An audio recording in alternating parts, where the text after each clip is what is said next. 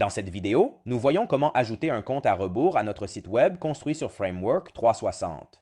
Tout d'abord, nous allons sur le site web et nous allons dans le module Page. Ici, nous devrons cliquer clairement sur notre page où nous voulons ajouter notre compte à rebours. Dans ce cas, par exemple, nous avons construit ce site de démonstration sur lequel nous voulons ajouter justement ce minuteur pour montrer combien de temps il reste, par exemple pour l'achat d'une offre, ou bien il peut être ajouté pour des événements ou pour de nombreux autres types de contenus. Tout d'abord, nous accédons à la page d'accueil.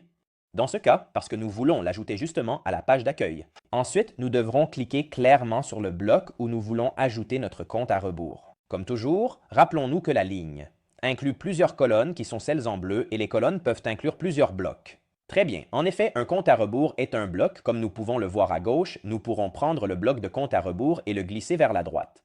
Comme nous le voyons, cela nous permettra en effet de sélectionner différents paramètres, y compris la possibilité de choisir un thème.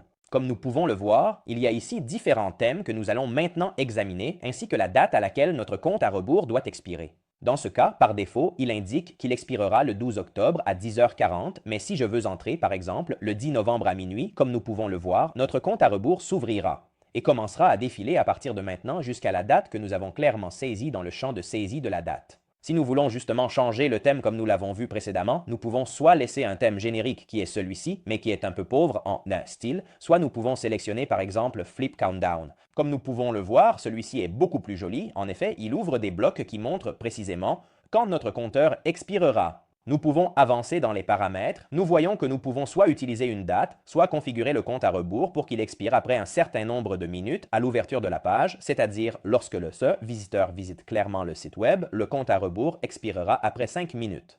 Nous voyons qu'en effet, il commence à défiler et arrivera clairement à 0. Revenons aux paramètres de date et voyons qu'après l'expiration, nous pourrons décider si nous continuons à l'afficher avec 0, 0, 0 ou si nous le cachons. Nous réglons sur cacher ainsi le bloc de compte à rebours sera automatiquement caché lorsqu'il expirera. Ici, nous pourrons en effet ajouter également le format, c'est-à-dire jour, heure, si je veux par exemple ajouter le mot jour, nous voyons que le mot jour, heure, minute et seconde sera ajouté, ce qui est un peu plus explicatif. Ensuite, nous descendrons et nous pouvons par exemple modifier l'élément, nous pouvons positionner le compte à rebours.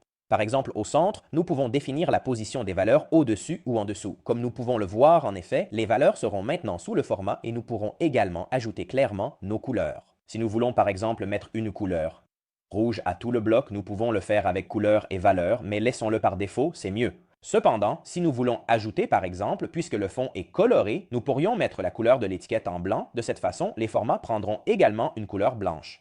En descendant enfin, nous trouvons des paramètres avancés. Par exemple, cela nous permet d'insérer un code JavaScript qui sera exécuté automatiquement à l'expiration du compte à rebours. Dans ce cas, c'est un paramètre un peu avancé pour ceux qui connaissent un peu le JavaScript. Ensuite, il y aura toujours les onglets classiques Design, Affichage et Superposition où nous pourrons ajouter par exemple le compte à rebours uniquement pour le mobile. Dans ce cas, en effet, nous le cachons pour les appareils de bureau et les tablettes, ou nous pourrions faire le contraire. Nous pourrions l'ajouter uniquement pour les appareils clairement tablettes et de bureau.